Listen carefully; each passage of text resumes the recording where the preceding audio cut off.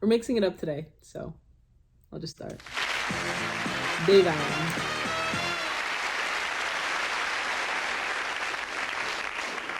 When I fly, I don't want to care about wide seats, short seats, reclining seats, how much booze they're going to give me, what food I'm getting. When I fly, three things I want to know. Will the plane take off? When it's up in the air, will it stay in the air? And when it comes down, is it coming down where they said it would come down? That's all I want to know. Get on airplanes. Good. The language of airlines. Planes are never late. Have you never noticed that? They're delayed.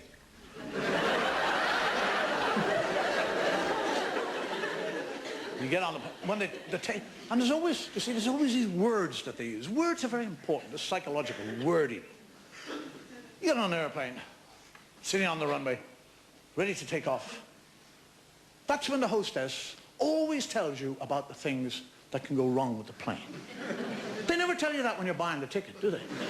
They never say, the wings could fall out, or oxygen will fail. None of that.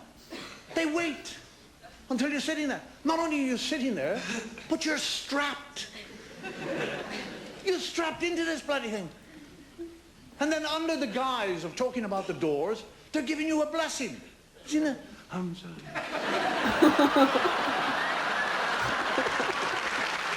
Imagine.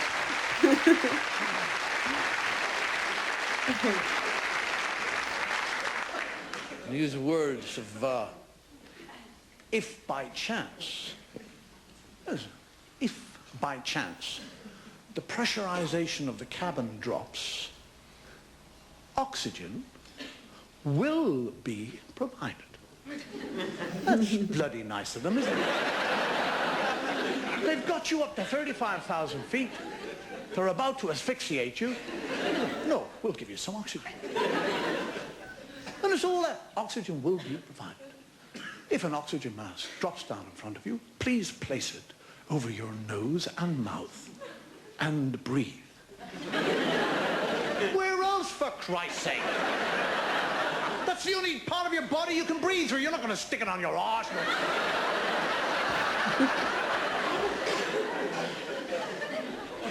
And breathe normally. Normally.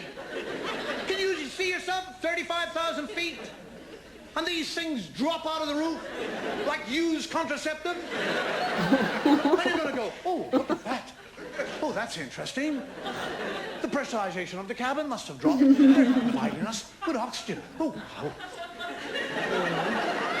Very interesting, isn't it? Yes. Crap. Let me tell you, if you're sitting there at 35,000 feet and those things drop down in front of you, the first thing that happens is your anal nerve goes.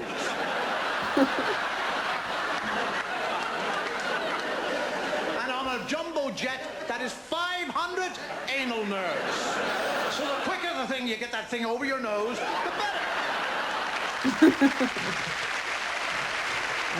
I don't even like the feeling of turbulence. So if those masks ever fall in front of me, I might just pass on it.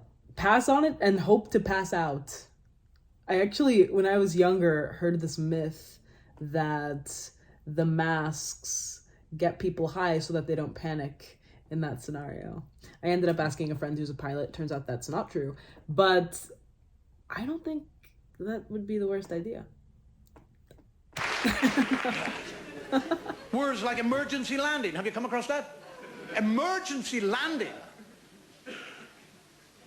Emergency landing. It's clever wording. It's an emergency, but it's a landing. They've got you down.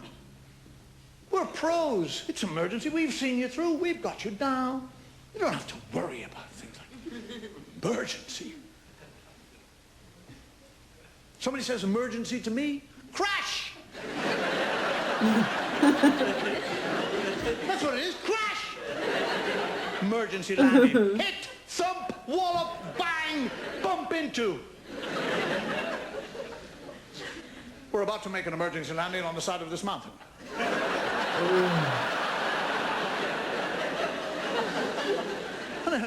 Lovely things like make sure your safety belt is fastened. You see yourself going through all this? The plane is coming in. Your table is stowed. Seat is in an upright position. Make sure that all the crockery and glass things you give to the hostess. Hostess, excuse me. We're coming into the side of a mountain. Would you take my glass away from me, please? Take your teeth out. They don't say take your false teeth out. They say take your teeth out. Never heard that one. You sit there with spoons going.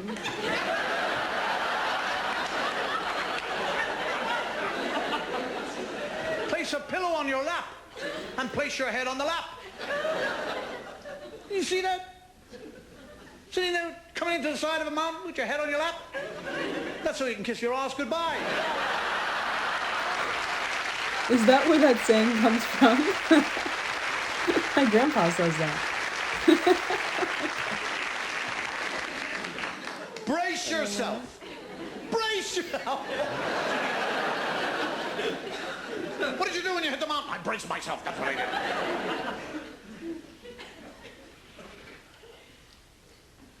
Do you know that an airplane, after 18 hours flying, is just filled with vomit, defecation, and farts? That's all it is. It hits the side of a mountain. That's why nobody will go near it for days. That's a good one. Have you heard? If in the unlikely event of us having to put down on water, there's a double doubt there, isn't it? If unlikely, put the two. If unlikely, put down on water. Put down. Put down. Leaves put down. Thistle down puts down. Feathers put down.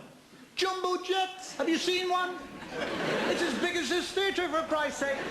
If I took this theatre up to 35,000 feet and dropped it, it would not put down. It would bury itself in the bloody ground. That's what it do. If in the unlikely event of us having to put down on water, you will find your life jacket under your seat. And then they show you how to put it on. Place it over your head, you take two ribbons, you circle your body once, tie it in a bow on the left-hand side, and they do it. I think now the actual seat is the device.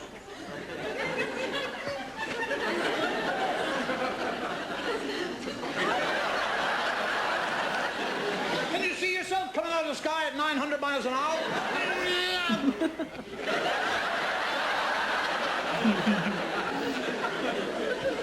You put down in the Indian Ocean. You seen the Indian Ocean? It's enormous. It's black and nasty and enormous. It's got waves, huge, gigantic waves following each other all around. And you look at your safety card and you have landed in the Indian Ocean. Your captain has managed to find a flat piece.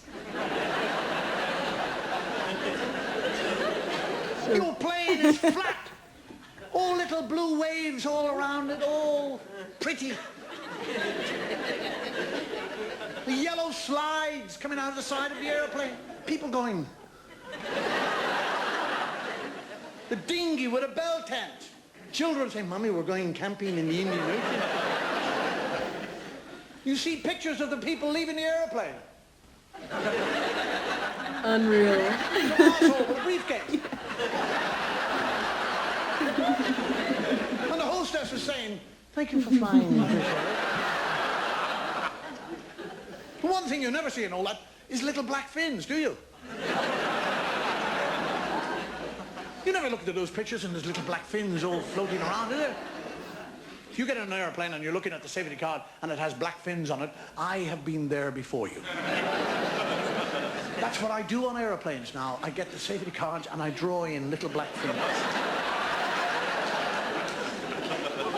And I get a red ink and kind of put little bits of red in it.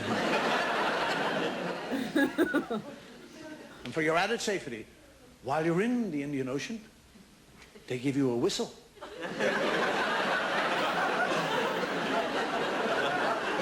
ocean. Miles of nothing. Huge waves.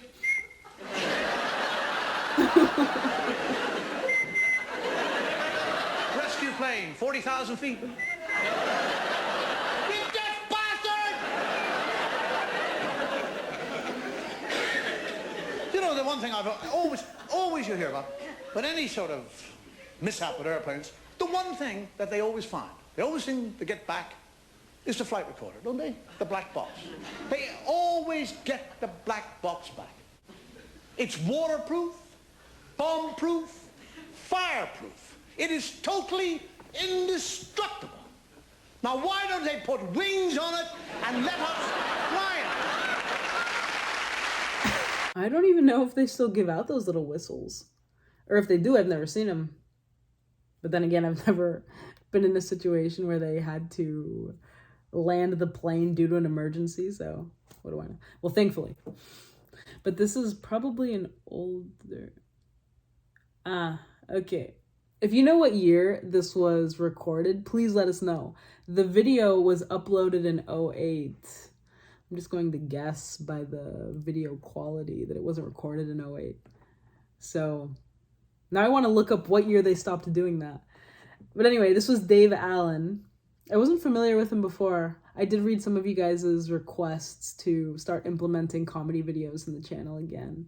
And this one's been sitting in my inbox for quite a while at this point. So thank you for sending it in. And it's always the comedians that are entertaining storytellers like this that have me so locked in.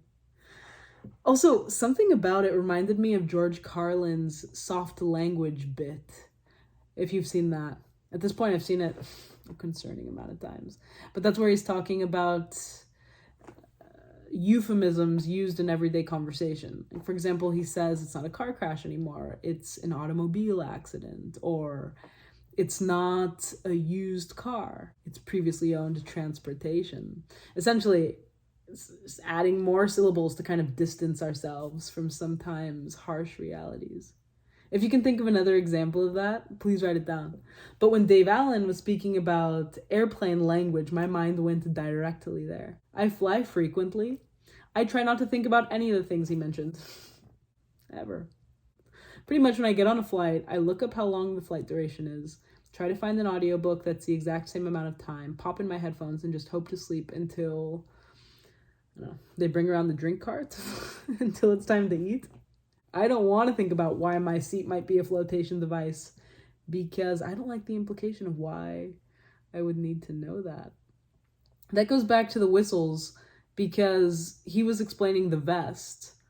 I've never seen a vest on my flight before, so I'll have to check what year that stopped as well. Or maybe some flights have it, some airlines, some not. Anyway, leave your thoughts on Dave Allen, and if you have any more recommendations for him or any other comedian, let me know and we'll watch it sometime in the future.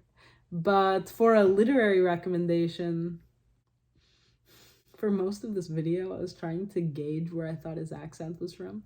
And for at least, I'd say the first half, I thought that it might have been a transatlantic, mid-Atlantic accent.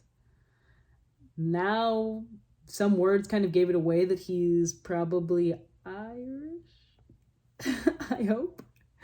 I don't have an Irish accent for you. Author for you. But what do I listen to on flights? When I'm on a flight, I don't want to hear anything complicated or deep or any storyline that I have to follow closely. Pretty much Sherlock Holmes is just my go-to when I'm on an airplane. I mean, he still isn't mindless though, because there's themes of problem solving. Some of them are thrillers, and there's seemingly endless Sherlock Holmes stories. So I will add you some of those books. The author is called Sir Arthur Conan Doyle. At this point, I think it's every 10th video or so I'm giving you a detective novel recommendation for the book recommendations. At least this time I didn't say Agatha Christie though. No, progress is being made. And for the music recommendation, I'm just going to go with the fact that I do think he's Irish. But an Irish band off of the top of my head that isn't, I think like Bono's Irish.